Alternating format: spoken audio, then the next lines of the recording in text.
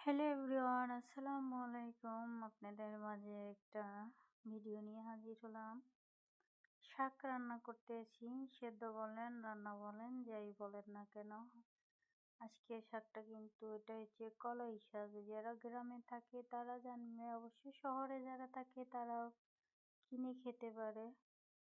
এই শাকটা কিন্তু ভর্তাও খাওয়া যায়, এভাবে রান্না করেও খাওয়া যায়, সেদ্ধ করেও খাওয়া যায়। আসলে এই শাকটা খেতে কিন্তু বেশ ভালো লাগে।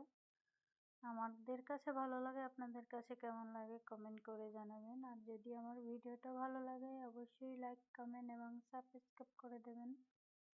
আর আমার ছোট্ট পরিবারের সাথে থাকবেন। আর আমিও আপনাদের সবসময় সবার ভিডিওগুলো দেখার চেষ্টা করব এবং লাইক, কমেন্ট, সাবস্ক্রাইব করার চেষ্টা করব ইনশাল্লাহ। এটাই কিন্তু আমি শাকটা কিন্তু আগেই মনে করেন কাটা ছিল, ওগুলো এই যে কাঁচামরিচ, তারপর পেস্ট, লবণ এগুলো দিয়ে অনেকটা সময় একটু সামান্য পরিমাণ পানি দিয়ে সেদ্ধ করে নেব।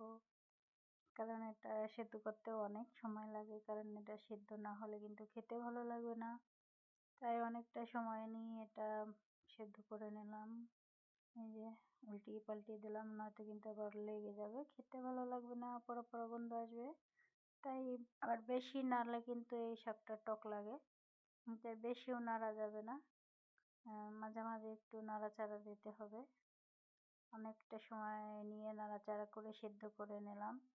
তারপর কিন্তু আবার আলাদা করে তেল দিয়ে তারপর সামান্য পেঁয়াজ ওটা বেস্তাম করে তারপরে আমি দিয়ে দিলাম এই যে শাক, যে এই যে এটা আবার এই যে ফোড়ন দিয়ে দিলাম।